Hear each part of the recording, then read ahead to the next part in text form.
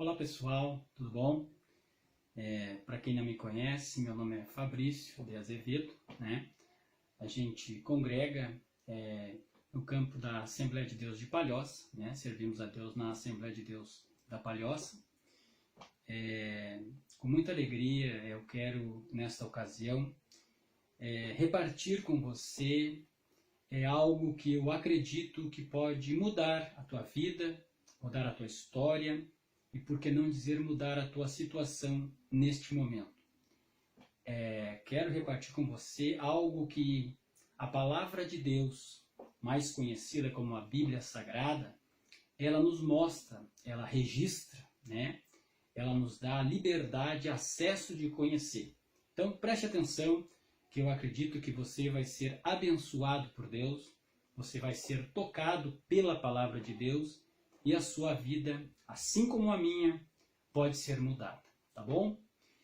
Aqui no Evangelho de São Mateus, é o primeiro livro do Novo Testamento, a Bíblia declara dizendo, no capítulo 8 e no versículo 23, a seguinte passagem: E, entrando ele no barco, seus discípulos o seguiram, e eis que no mar se levantou uma tempestade tão grande que o barco era coberto pelas ondas. Ele, porém, estava dormindo. E os seus discípulos, aproximando-se, o despertaram, dizendo: Senhor, salva-nos, que perecemos. E ele disse-lhes: Por que temeis, homens de pequena fé? Então, levantando-se, repreendeu os ventos e o mar, e seguiu-se uma grande bonança. E aqueles homens se maravilharam, dizendo: Que homem é este, que até os ventos e o mar lhe obedecem? Então estamos aqui diante da poderosa palavra de Deus, a Bíblia Sagrada. Eu quero, com muita alegria, nesta ocasião, repartir com você algo que Deus nos dá o direito de saber, nos dá o direito de conhecermos. E por quê? Porque Ele quer o melhor para nós. Deus tem a solução para os nossos problemas. Deus tem nas suas mãos todo o poder e o controle de tudo que está acontecendo e ainda pode acontecer, né? Então nós lemos aqui esta passagem que tem o título Jesus apazigua a tempestade. Jesus apazigua ou acalma a tempestade. É uma passagem para os leitores da Bíblia bastante conhecida, bastante referenciada, né? Bastante comentada, muito conhecida, aonde o Senhor Jesus ele se encontra dentro de um barco com os seus discípulos. E esse barco está se deslocando, está indo para outra região. Jesus, enquanto palmilhava a face da terra, enquanto se encontrava conosco aqui neste mundo, Jesus ele tinha uma missão.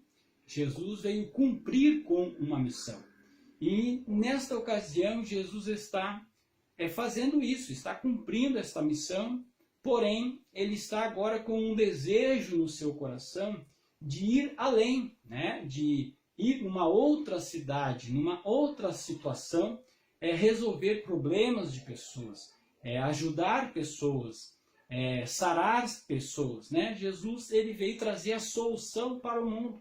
E nesta ocasião, Jesus então está entrando num barco, como nós lemos, né?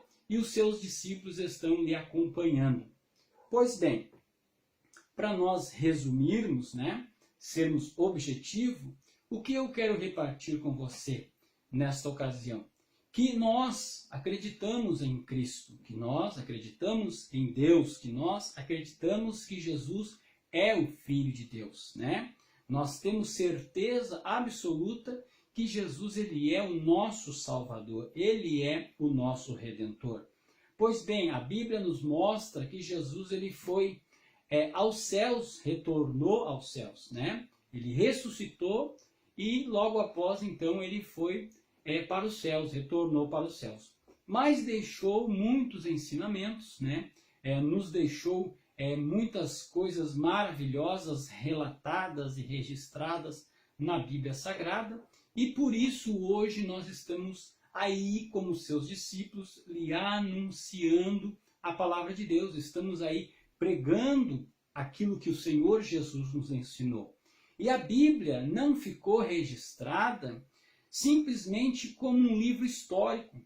A Bíblia não ficou registrada simplesmente por um acaso. Não, a Bíblia ela existe porque ela tem um sentido de si. A Bíblia ficou para que as pessoas conhecessem aquilo que Deus tem com a humanidade, aquilo que Deus tem com o ser humano.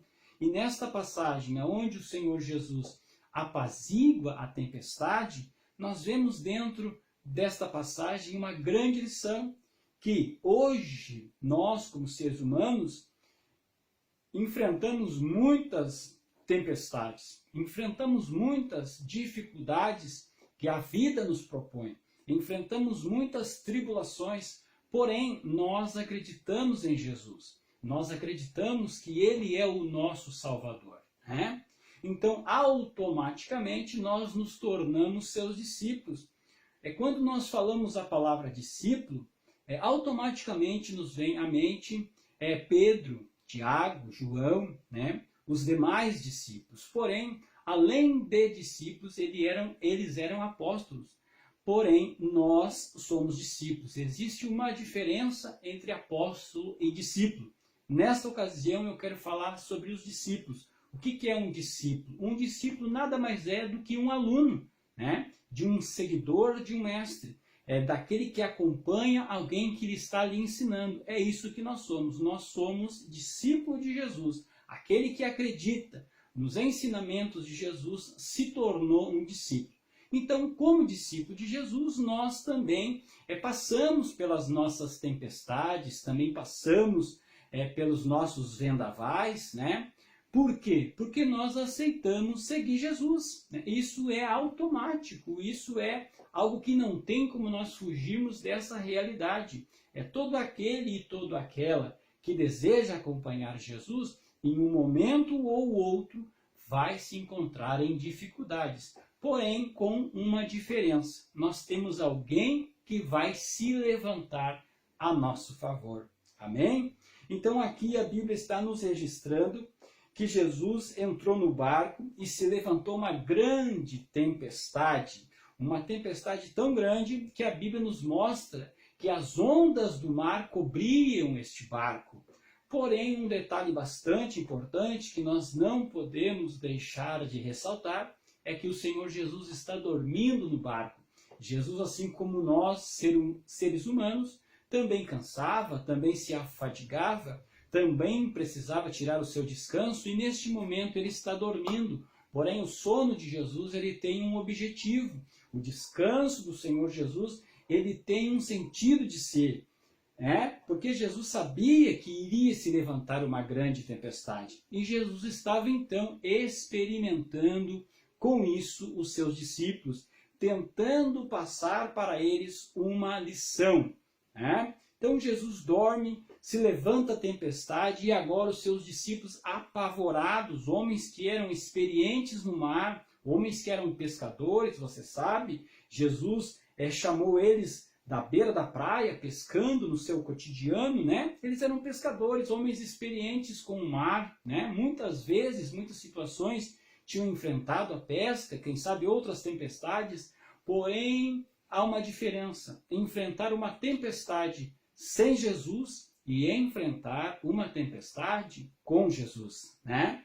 São totalmente diferentes as tempestades com Jesus e sem Jesus. Nessa com Jesus nós sempre vamos ter a solução. Por que muitas pessoas na face da terra não encontram soluções para as suas tempestades, não encontram soluções para os seus vendavais, para os seus problemas? Porque não estão no barco com Jesus. Porque no barco que Jesus está, a tempestade vai se acalmar, né? A fúria do mar, a fúria do vento vai ter que ser detida. Então eu te aconselho, esteja no barco com Jesus e você vai ver acontecer uma grande bonança. Espere um pouco e você vai ver o que pode acontecer na sua vida. Amém? Então aqui estão os discípulos de Jesus, homens que já tinham visto milagres, homens que já tinham visto coisas maravilhosas acontecer, né? Já tinham visto Jesus pregar com autoridade. Jesus não pregava como alguns religiosos, Jesus pregava com autoridade. Se você ler na Bíblia, você vai ver isso, né? Jesus já tinha curado na Galileia. Os discípulos viram Jesus operar milagres na Galileia. Curou muitas pessoas. Jesus curou o criado do centurião. Eles viram isso. Jesus curou a própria sogra de Pedro. Jesus também curou a sogra de Pedro, né? Eles viram Jesus expulsar diversos demônios, espíritos do mal, espíritos malignos que atormentam as pessoas, que existem, que atuam no mundo invisível, no mundo oculto, no mundo do sobrenatural. Jesus repreendia esses demônios também das pessoas e os discípulos viram isso. Então, andar com Jesus é algo diferente, andar com Jesus é algo espantoso às vezes. Porque existem duas coisas a respeito de Jesus que eu quero falar rapidamente neste momento. Existe a história de Jesus, né? Todos, vamos dizer assim, de uma forma geral, muita gente conhece a história de Jesus. Ah, Fabrício, qual que é a história de Jesus? A história de Jesus é exatamente essa que nós estamos passando nessa época, a época da Páscoa, né? Começa lá na sexta-feira, a sexta-feira santa, o sábado, né? Depois do domingo, que é a ressurreição, quando Jesus ressurge dos mortos. Então essa é a história de Jesus no Natal, né? O símbolo do nascimento de Jesus. Essa é a história de Jesus. Muitas pessoas conhecem a história de Jesus, né? Muitas pessoas conhecem. Hoje nós vemos em muitos lugares um crucifixo, né, representando uma cruz, Jesus crucificado ali. Essa história é um fato, não tem como nós argumentar, não tem como nós nos levantar contra um fato histórico. Existe o AC e o DC. O que é isso, Fabrício? O AC quer dizer antes de Cristo e o DC quer dizer depois de Cristo. É um ponto, uma divisão na história, antes de Cristo e depois de Cristo. Acontecimentos que foram antes do nascimento de Jesus e acontecimentos, fatos históricos que foram registrados depois de Jesus. Então Jesus, ele veio marcar a história. Jesus deu um ponto na história. Jesus registrou algo na história. Então essa é a história de Jesus, que muitas pessoas conhecem. Porém, eu quero te falar um outro aspecto, que é Jesus na história. Isso é algo importante. Você já parou para pensar sobre isso? Jesus na história, porque a Bíblia diz que ele ressuscitou ao terceiro dia e subiu aos céus e está à destra de Deus, à destra do Pai, intercedendo por nós, rogando ao Pai por nossas vidas. Então Jesus ressuscitou, ele não está mais crucificado, ele não está mais no madeiro, ele não está mais na cruz. Jesus ressuscitou e ele está intercedendo diante de Deus por nós pecadores. Então eu quero te dizer nesta ocasião que Jesus ressuscitou, ele está vivo e por isso ele tem poder e autoridade para operar na história. Se você ler a passagem bíblica depois da ressurreição de Jesus, Jesus disse: todo o poder me foi dado nos céus e na terra. Então, o que isso quer dizer? Que nós podemos encontrar descanso em Jesus, que nós podemos encontrar solução para os nossos problemas no Senhor Jesus Cristo. Você consegue compreender isso? Você consegue entender esta realidade? Jesus está vivo, atuando na história. Que alegria, né? Que realidade, que verdade importante e significativa. Por isso eu estou aqui para falar um pouquinho deste Jesus, que os discípulos se maravilharam. Você consegue entender comigo essa grande realidade? Homens que viram Jesus operar milagres, homens que viram Jesus expulsar demônios, homens que viram Jesus fazer maravilhas, né? Curou um leproso, né? Então, homens que viram e se maravilharam. Porém, quando eles estavam naquela situação que parecia que seria a última situação das suas vidas, quando eles se encontraram naquele momento, se imagine você dentro de um mar e uma grande tempestade, e esse barco está sendo agora batido pelas ondas, assolado pelas ondas. A Bíblia relata que as ondas cobriam esse barco. O que isso quer dizer? Que o barco iria afundar, que o barco estava quase indo a pique. Porém, a Bíblia nos revela que os discípulos se aproximaram de Jesus, né? Jesus estava dormindo. O sono de Jesus deixa uma lição para nós. Não adianta nós estarmos dentro do barco, né? Nós estarmos andando com Jesus, mas a Bíblia diz que eles se aproximaram. Nós não podemos estar com Jesus e distante de Jesus, nós precisamos estar junto dele, próximo dele. Para quê? Para quando nós precisar ficar mais rápido o nosso contato com ele, a nossa comunicação. O que aconteceu? Os discípulos se aproximaram de Jesus, despertaram Jesus. Jesus se levanta do seu descanso. E a Bíblia diz que ele repreende o vento e repreende o mar. E uma grande bonança, uma grande calmaria acontece. Você consegue enxergar essa realidade? Estar navegando com Jesus, achando que vai morrer, e daqui a um pouco você está diante de um grande milagre. Jesus operando sinais na natureza. Jesus fazendo o vento se acalmar. Você conhece um vento, um vendaval que gera uma tempestade no mar? Não é qualquer vento que gera uma tempestade no mar, né? Não é qualquer situação que faz ondas criarem altura. E Jesus acalmou tudo isso. E no final, os seus discípulos que caminhavam com ele, que andavam com ele, ficaram em choque, ficaram perplexos. Por quê? Porque eles disseram: quem é este homem que até o mar e os ventos lhe obedecem? Você consegue entender essa pergunta? Quem é este homem que até o mar e o vento lhe obedecem? Eu quero deixar essa reflexão para você. Que você possa parar e pensar um momento. Quem é este homem que ressuscitou da morte? Que veio lá da tumba. Se você for em Jerusalém, nesta foto que está aí mostra a cidade de Jerusalém. Se você for a Jerusalém, no túmulo de Jesus, que é numa rocha, né, numa gruta, você entrar lá, vai estar escrito na parede: ele não está mais aqui. Ele ressuscitou. Você consegue entender isso? Que Jesus venceu a morte por mim e por você. E eu quero deixar essa pergunta para você refletir. Quem é este homem? Jesus, o Filho de Deus.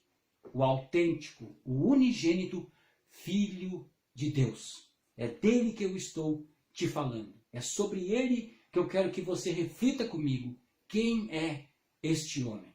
Talvez nós vamos fazer uma série sobre esse assunto. Quem é este homem? Fique ligado, fique esperando, fique conosco. E quem sabe você vai ser mais abençoado ainda. Mas este Jesus que eu te falei agora, que os seus discípulos se maravilharam, eu quero que você pare e reflita um pouco. E medite consigo mesmo. Você conhece um pouquinho da história de Jesus. E eu quero te convidar a conhecer Jesus na história. Tá bom? Eu quero fazer uma oração com você e espero que esta palavra acalente o teu coração. E não interessa qual for a tempestade que você estiver enfrentando, ou talvez possa enfrentar. Eu quero te deixar um conselho. Independente da tempestade, convide Jesus para estar com você nessa tempestade. E eu tenho certeza que ele vai acalmar e você vai se maravilhar da grande bonança, da grande calmaria que há de acontecer. Tá bom? Eu quero orar com você. Senhor nosso Deus e nosso Pai, no nome poderoso do Senhor Jesus Cristo. Eu quero levar diante do Senhor todas estas pessoas, Senhor, todos os nossos amigos, todos os nossos irmãos, todos os nossos conhecidos que podem estar vendo e ouvindo esta palavra. Pai, que o Teu Espírito Santo, o Consolador, encontre os seus corações e faça, Senhor, aquilo que o Senhor fez no meu coração. Mostre a eles as maravilhas do Teu reino, as maravilhas de Jesus, as maravilhas do nosso Salvador. Pai, no nome do Senhor Jesus, eu te peço estas bênçãos, creio e por isso te agradeço. No nome do Senhor Jesus Cristo. Muito obrigado, meu Senhor. Que Deus te abençoe e que você possa desfrutar da calmaria na sua vida através dos milagres de Jesus. Tá bom? O meu muito obrigado pela sua companhia e o meu grande abraço para você. Certo? Fica aqui então a nossa palavra para o elevo da tua vida. Certo? Muito obrigado.